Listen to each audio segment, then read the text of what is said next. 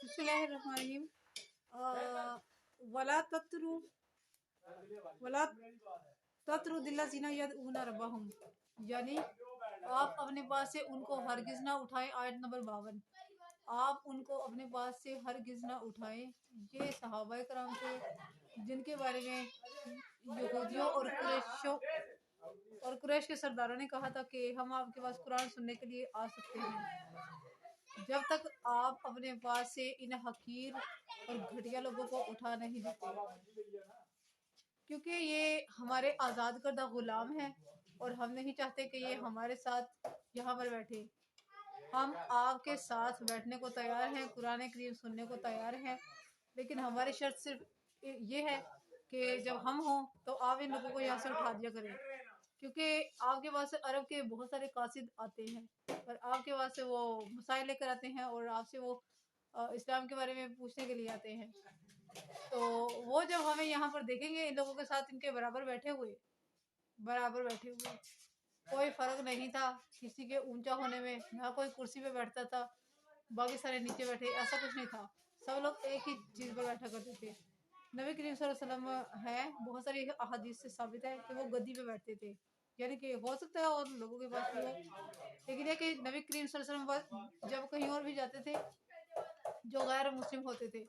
تو وہ لوگ بھی آپ کو ایک گدی دیا کرتے تھے، جیسا کہ میں آپ کو سورۃ مائدہ میں پہلے بتا چکی ہوں کہ یہودیوں نے نبی کریم صلی اللہ علیہ وسلم کو اپنے ہاں بلایا اور انہوں نے کہا، بنی اسرائیلیوں نے انہوں نے کہا کہ ہمارے ایک مرد نے اور ایک عورت نے زنا کیا ہے تو اس کے لیے آپ حد مقرر کیجیے،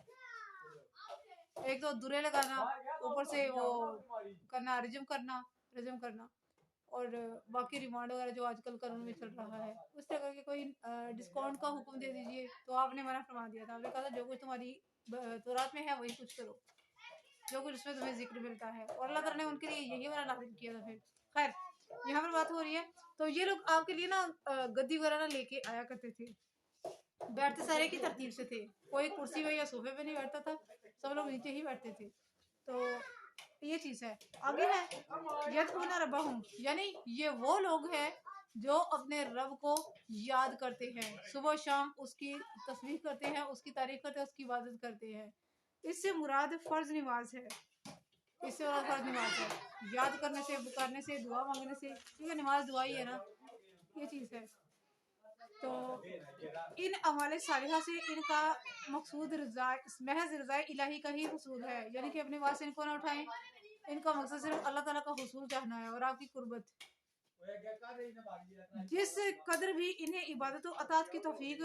ارزانی ہوتی ہے اس میں وہ انتہائی مخلص ہے، بے شک، یعنی کہ اللہ تعالیٰ نے نبی کریم صلی اللہ علیہ وسلم کو بتا دیا کہ وہ ان کا ایمان لانا تو ایک سائڈ ہے نا، اپنے پاس ان لوگوں کو نہ اٹھائے، کیونکہ سیدنا حضرت علی مرتضیٰ رضی اللہ تعالیٰ عنہ بیٹھے ہوئے تھے نبی کریم صلی اللہ علیہ وسلم کے پاس، اور بھی بہت سارے صحابی تھے، ان کا نام میں بھی آپ کو بتاتی ہوں جو لوگ بیٹھے ہوئے تھے۔ تو آپ جب تک اپنے پاس سے ان کو نہیں اٹھاتے ہم لوگ نہیں آپ کے پاس بیٹھیں گے۔ آپ ایک وہ تحریر لکھ دیجئے کہ جب تک، یعنی کہ اپنے صحابیوں کو، اپنے ساتھیوں کو کہہ دیجئے کہ جب تک ہم آپ کے پاس ہوں گے آپ کے پاس یہ لوگ آپ کے قریب نہیں آئیں گے، آپ کے پاس صرف ہم بیٹھیں گے، کیونکہ ہم آپ کو نبی مانتے ہیں کہ آپ نبی ہیں، لیکن آپ ہمارے اور ان لوگوں کے درمیان میں کچھ ڈفرنس، کوئی فرق رکھیے کہ ہمارے ہوتے ہوئے یہ آپ کے پاس نہیں آنے چاہیے۔ نبی کریم صلی اللہ علیہ وسلم نے حضرت علی رضی اللہ کو کہا، وہ پیج کا اور قلم کا کہا کہ پین لے کے آؤ، آپ صلی اللہ علیہ وسلم حضرت علی رضی اللہ کو آپ نے کہا کہ لکھو، وہ لکھنے لگے تو وہی نازل ہو گئی اور یہ والی آیت نازل ہوئی، وَلَا تَطْرُدُوا الَّذِينَ، کہ ان کو اپنے پاس سے نہ اٹھائے۔ یہ آیت کا اترنا تھا کہ نبی کریم صلی اللہ علیہ وسلم نے وہ رکا پھاڑ ڈالا، اس تحریر کو ضائع کر دیا، پھاڑ دیا۔ اگلی آیات کرتی ہوں 53 اور 54، اعوذ باللہ من الشیطان الرجیم، بسم اللہ الرحمن الرحیم، وَكَذَلِكَ فَتَنَّا بَعْضَهُم بِبَعْضٍ يَقُولُوا أَهَٰؤُلَاءِ مَنَّ اللَّهُ عَلَيْهِم مِّن بَيْنِنَا أَلَيْسَ اللَّهُ بِأَعْلَمَ بِالشَّاكِرِينَ وَإِذَا جَاءَكَ الَّذِينَ يُؤْمِنُونَ بِآيَاتِنَا فَقُلْ سَلَامٌ عَلَيْكُمْ كَتَبَ رَبُّكُمْ عَلَىٰ نَفْسِهِ الرَّحْمَةَ أَنَّهُ مَنْ عَمِلَ مِنكُمْ سُوءًا بِجَهَالَةٍ ثُمَّ تَابَ مِن بَعْدِهِ وَأَصْلَحَ فَإِنَّهُ غَفُورٌ رَحِيمٌ۔ اور اسی طرح ہم نے آزمائش میں ڈال دیا بعض کو بعض سے، تاکہ کہیں مالدار کافر نادار مسلمانوں کو دیکھ کر کہ کیا ہے یہ اللہ کے احسان، اللہ نے احسان کیا ہے ان پر، اللہ نے جن پر ہم میں سے کیا نہیں جانتا، اللہ تعالیٰ ان سے زیادہ اپنے شکر گزار بندوں کو، اور جب آئے آپ کی خدمت میں وہ لوگ جو ایمان رکھتے ہیں ہماری آیتوں پر تو ان سے فرمائیے سلام ہو تم پر، لازم کر لیا ہے تمہارے رب نے محض اپنے فضل و کرم سے اپنے آپ پر رحمت فرمانا، تو جو کوئی شخص کر بیٹھے تم میں سے برائی نادانی سے پھر توبہ کر لے اس کے بعد اور سنوار لے اپنے آپ کو، تو بے شک اللہ تعالیٰ بہت بخشنے والا بڑا مہربان ہے۔ بے شک نبی کریم صلی اللہ علیہ وسلم نے ان کو فرمایا کہ ان لوگوں کا اٹھنا، ان کے بارے میں تو آیات نازل ہو چکی ہیں، ان لوگوں میں موجود تھے اقرا بن حابس اور اینیا بن حسین، اور اس کے علاوہ سہیب، بلال، عمار اور رخباب رضی اللہ تعالیٰ عنہم، یہ لوگ ان میں شامل تھے، ان کے بارے میں انہوں نے کہا تھا، اور جب وہ آئے تھے انہوں نے ایسا کہا تھا تو سارے صحابہ کرام ایک کونے میں دبکے ہوئے بیٹھ گئے تھے۔ حضرت علی رضی اللہ تعالیٰ عنہ تھے، حالانکہ حضرت علی رضی اللہ کے جو ابو ہیں ابو طالب، وہ تو بہت امیر اور بہت وہ اپنے وہ تھے سردار تھے، مطلب قریش کے سردار، لیکن وہ بھی جو ہے نا وہ اٹھ کے چلے گئے تھے، ان سے کہنے لگے کہ ہم لوگ جن لوگوں کو ہم نے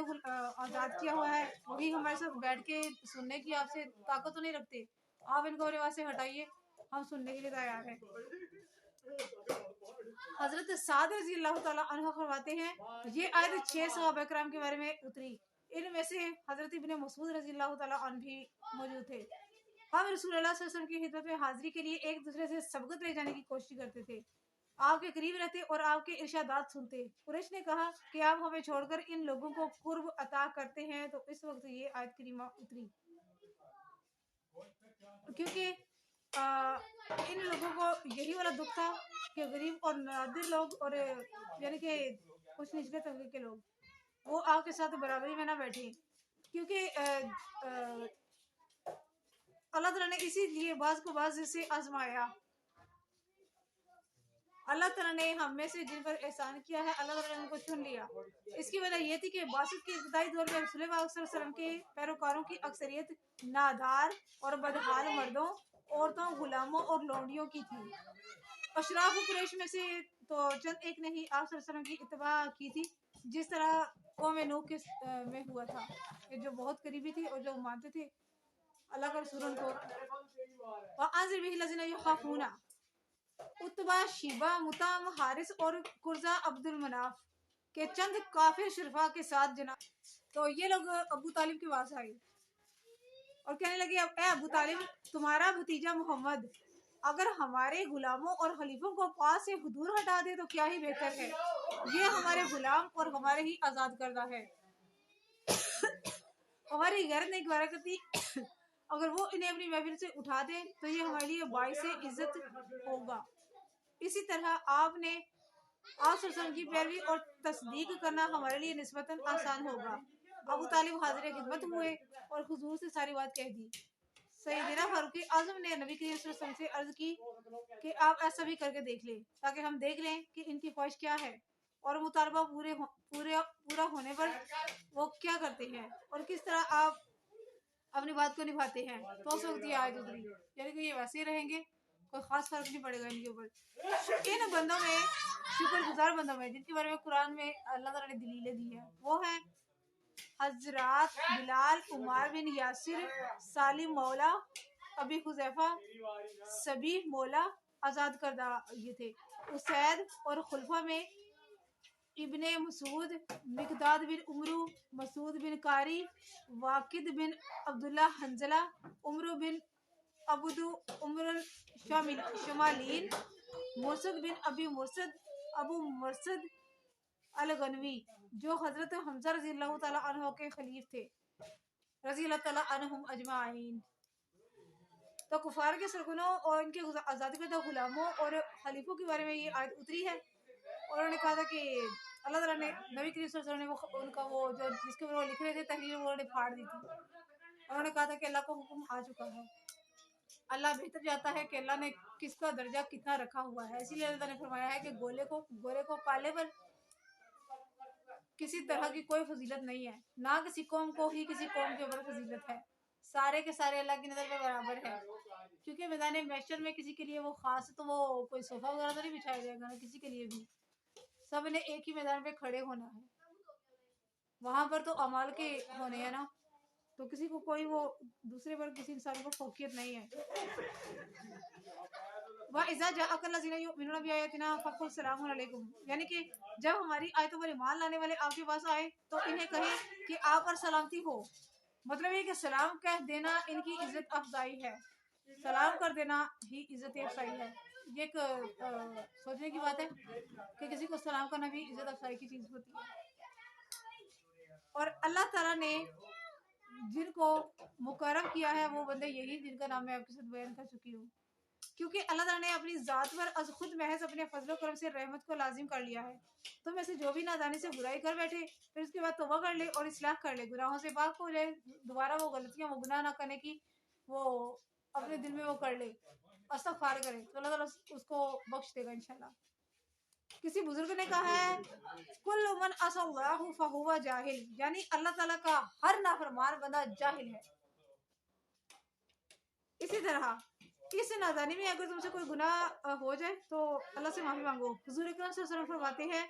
جب اللہ تعالیٰ نے اپنی مخلوق کے بارے میں تقدیر مقرر کر دی تو عرش پر لوح محفوظ میں لکھ دیا کہ میری رحمت میرے غضب پر غالب ہے۔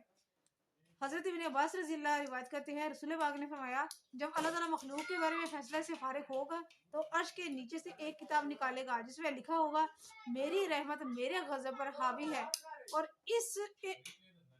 اور میں سب سے زیادہ رحم کرنے والا ہوں۔ پھر اپنی ایک یا دو مٹھی بھر مخلوق کو دوزخ سے نکال لے گا، ان لوگوں کو دوزخ سے نکال دے گا جنہوں نے بھلائی کے کام نہ کیے ہوں گے، ان کی پیشانیوں پر لکھا ہوگا وَأُتَقَاءُ اللَّهِ، یعنی کہ یہ اللہ کے آزاد کردہ ہیں۔ حضرت سلمان فارسی رضی اللہ تعالیٰ عنہ فرماتے ہیں کہ کچھ لوگ کہتے ہیں تورات والے ہم تورات میں یہ لکھا ہوا ہے کہ اللہ تعالیٰ نے زمین و آسمان کو پیدا کیا اور مخلوق کو اپنے پیدا کرنے سے پہلے 100 رحمتیں پیدا فرمائی، صرف ایک رحمت تک کا وہ درجہ ہونے کے لیے وہ میں آپ کو پہلے بھی بہت دفعہ بتا چکی ہوں۔ تو یہ تھی میری آج کی ویڈیو، صدقہ جاریہ کے لیے اسے شیئر کر دیجیے گا۔ جزاک اللہ خیر۔